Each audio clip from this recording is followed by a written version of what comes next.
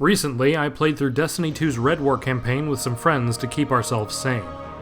The following is a completely accurate summary of our adventure. Trust me.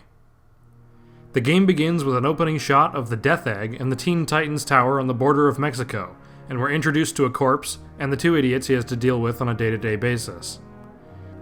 Apparently, the two idiots called Cade up to the tower to let him know something important, but Zavala didn't actually bother to ask Ikora what the important thing was until Cade showed up so that she could relay the news, except that Cade was already aware of things going awry, and neither of the two idiots bothered to check any other information up until that point, and nobody in the entire tower had set up any kind of early warning system or notification to tell them if a satellite went offline, so that they'd know ahead of time that they were being attacked, so they all get attacked by a surprise force that nobody in the entire solar system spanning Guardian network saw coming, despite the fact that they obviously had to stop by the sun and fly all the way to Earth, and oh my god, who wrote this? Zavala then proceeds to give conflicting orders, causing everyone to scramble, and then several people die because they've scrambled and couldn't run to his magic bubble fast enough, and Cade tries to shoot at an invading force of spaceships with a fucking magic revolver, as if that would actually leave a dent in anything, and then Ikora teleports him into Zavala's magic bubble and tells someone or everyone to hang on to something, I guess. And seriously, none of this makes any sense at all. Who thought this was a good opening sequence?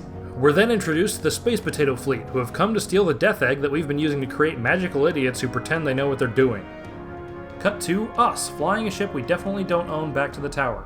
We try to order our food to be ready when we land, but none of the ramen restaurants are picking up, which is unusual, and despite the fact that we're a robot, we're hungry, so we speed up to get home and order something to go when we find out that the entire city is being taken over by evil space potatoes. We murder our way through a couple of space potatoes with incredible ease, and meet up with Cade, who immediately wastes his super ability on literally the weakest grunts in the entire space potato hierarchy. Cade immediately abandons us to go on a date with the head space potato, and we're left to wander around in search of ramen on our own, which really sucks because Cade knows exactly where the best ramen shops in the city are. We meet up with Lord Shax, who lets us into his armory, but there's no ramen in the armory, so we keep moving. After murdering our way through a couple more space potatoes and come outside, we bear witness to the crown jewel of the evil space potato fleet, a large red ship that looks almost exactly identical to every other large red ship, except it's larger. We find out that these evil space potatoes are not just regular evil space potatoes, but an elite unit of space potatoes known as sweet potatoes, hence the red color. The sweet potato fleet are invading the city because they want to have weird bondage sex with the Death Egg, but we're more preoccupied in finding the closest ramen shop, so we leave them be. Apparently using a magic bubble makes you look really sick or something, because we meet up with Zavala, but he looks like he smoked way too much and just sits on a piece of broken wall to guard it from the sweet potatoes even though there's literally nothing there.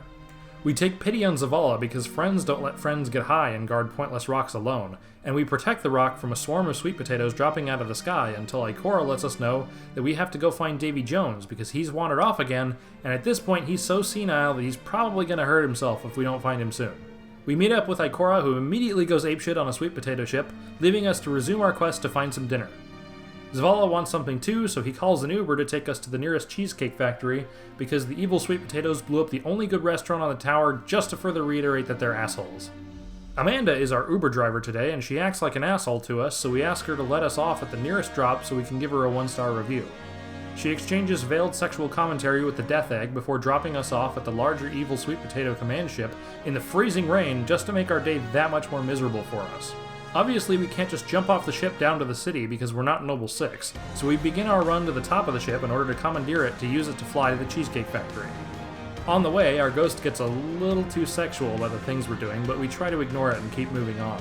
After making our way to the top of the ship, we're rudely interrupted by a terrible Bane cosplayer who initiates the bondage with the Death Egg, and the results are so graphic that our soul literally nopes out of our body and leaves us all alone. The Bane cosplayer wants to play with our toy, but we don't like to share, so he kicks us off his ship because we're being a bad guest. Our ghost spots the Cheesecake Factory and fucks off without us, leaving us to scream in hungry silence because we do not ever speak. Bane tries to introduce us to his foot fetish, but we're not interested, and the smell literally sends us backwards, careening off the side of the ship down to the Cheesecake Factory. We have a bad dream about weeping angels and evil triangles before waking up 2 days later in the crater of the Cheesecake Factory that we accidentally destroyed on impact. We're really starving now and can barely walk, but we meet up with our ghost who at least also never got his chance to eat because we destroyed the place before his order was finished. 4 days later, we still haven't found anything to eat, and we're so desperate for food that we try to chase down a hawk on foot because it's been 6 days since we last ate and we're not exactly thinking clearly. We kill a bunch of evil potato dogs, but we can't eat any of them because we don't eat dogs, so we continue after the hawk. 7 more days later, we're still chasing that goddamn hawk because it's now been 13 days since our last meal and our stomach sounds like a jet engine, and we swear that stupid fucker is just taunting us at this point, but we have to keep on going. We see a glimpse of the death egg in bondage, but we're still creeped out by that thought, and we turn our heads and chase down that stupid bird until we accidentally jump off a cliff and hit our head. We're woken up by a makeup vlogger and find out that she and a few of the other vloggers are heading to an Applebee's, and we were initially hesitant to go with them because even though it's been 13 days since our last meal, we have standards. But the bird flies to her arm, and we instantly hatch a plan to murder it on our trip to the Applebee's, and we'll just eat it raw on the way. A cutscene plays where it's revealed that Bane committed the ultimate sexual sin. He proposed to the Death Egg mid-sex, and now the Death Egg won't talk to him because that's super embarrassing and cringy. He gets a pep talk from a disfigured pug that tells him to double down on his decision and that he should just wait it out and hope that the Death Egg comes around to his proposal. We find out that Davy Jones is being held captive by the head potato and forced to watch his awful display of cringe. With a successfully eaten bird under our belt, we head out to pump ourselves full of magic, so we can once again fight the evil sweet potatoes because they won't stop until the only chain restaurant left is Applebee's and we'll be forced to eat there for all eternity. We fight our way through a few hordes of purple people eaters who are no match for us because we're not actually people, and pump ourselves full of light, so we can fight again. After getting high, we find out that the helpful makeup vlogger may have assaulted her bird at some point, possibly sexually, while we're helping her set up a radio beacon that will help advertise her channel and grow her subscribers. We make our way through the cave system with absolutely no problems whatsoever. Fallen fleeing the mine. Seems you've really kicked the hornet's nest, haven't you? Guardian, down. I made it. She did. Makeup vlogger gets upset with us when we say that we won't be subscribing to her channel, and to avoid her bitching at us, we literally move to another planet to get away from her. We're forced to watch another cutscene with the Bane cosplayer and Davy Jones, but these cutscenes are literally so boring that none of us were paying any attention, so we're just gonna skip past this one. Unfortunately, Zavala survived the attack from the sweet potatoes and has been holed up on Titan, land of Jello Water, home to the Flood, the Hive. Zavala lets us know that now that we're here, we shouldn't have come, despite the fact that this took us several minutes to get to Titan and he could have warned us away at any point during that time, but what else would we expect from an incompetent idiot with a magic bubble? We make our way through Titan with no trouble and literally nothing important happens besides something about a giant sun-eating Applebee's machine that the evil potato scientists probably built because they were too preoccupied with whether or not they could that they never stopped to think about whether or not they should, and we have to listen to a boring rallying speech by Zavala that none of us were really paying attention to at this point because all Zavala does is give rallying speeches, and it's just background noise to us at this point. Our ghost lets us know that Cade started a live stream from Nessus, and we need him to help take down the Applebee's monopoly, so we head out to retrieve him. Cade lets us know that he's too busy playing Portal to help us and that he's currently streaming to more viewers than Ninja, so we hunt down the power cable to unplug his PC so he'll be forced to help us. After unplugging his PC, Cade lets us know where to find Ikora so we can go scoop her up too and force her to help us on our quest to eliminate Applebee's once and for all. We meet up with Ikora, but she starts going on and on about boring stuff we don't care about, so we didn't really pay attention to this, so let's just get past this one. We make our way to a sweet potato base on Io to see what they were doing and find out that they were attacked by spoiled takeout food and that's why no one's home. So we decide to find a war mind, a machine that's part of an interplanetary defense network, and use it to Google a question about the evil space potato's sun-destroying Applebee's machine. We're forced to watch another boring cutscene between the Bane cosplayer and Davy Jones, except this is the one with the single best line in the entire campaign, so it's not so bad.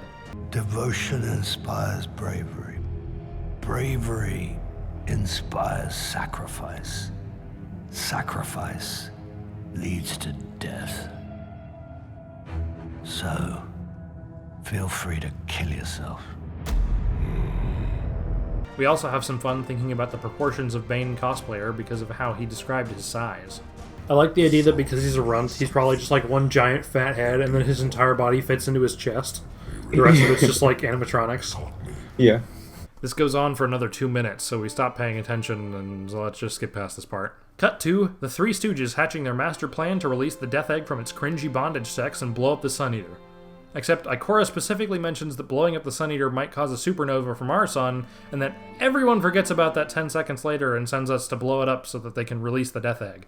We're sent to steal a Sweet Potato's ride so that we can fly to the Sun Eater without getting shot down immediately, even though stealing someone's ship in broad daylight after murdering them in front of an army would definitely raise some kind of alarm to the rest of the fleet, unless the Sweet Potatoes also have no warning system to tell the fleet that someone's coming to attack them. Who wrote this? Austin tries to steal credit for being me, so Chungus tells him to eat ass. We make our way to the evil Sweet Potato guy to murder him for his ship with absolutely no problems whatsoever.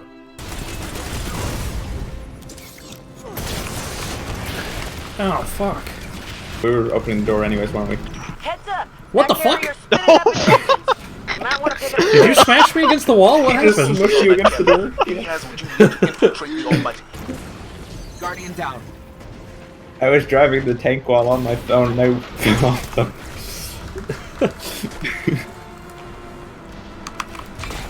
Oh, that's the cliff. Okay. Can you res me?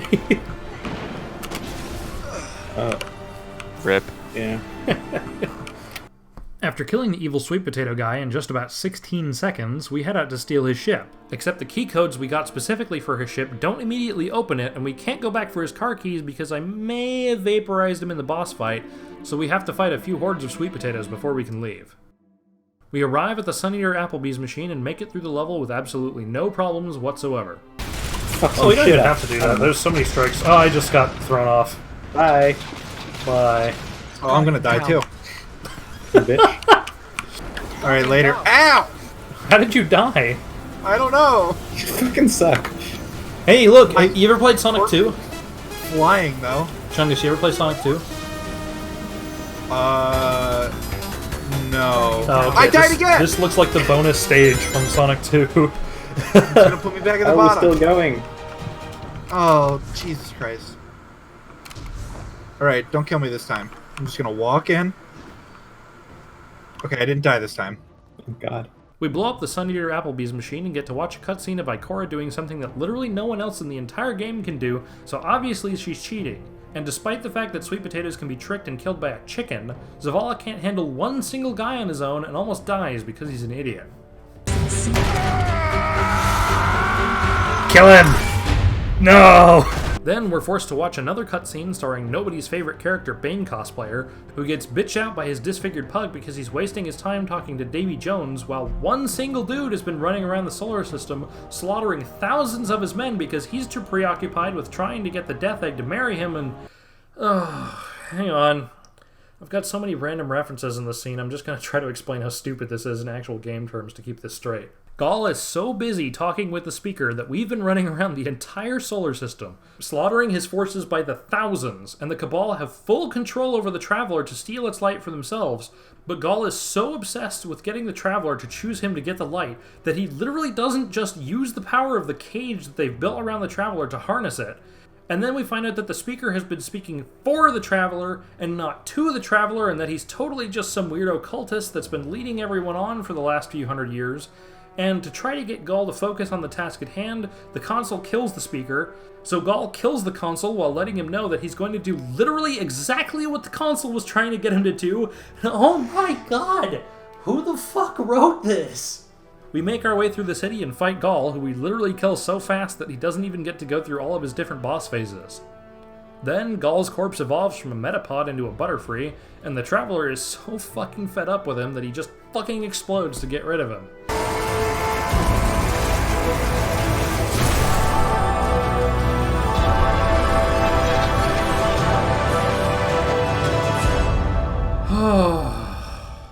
Game over.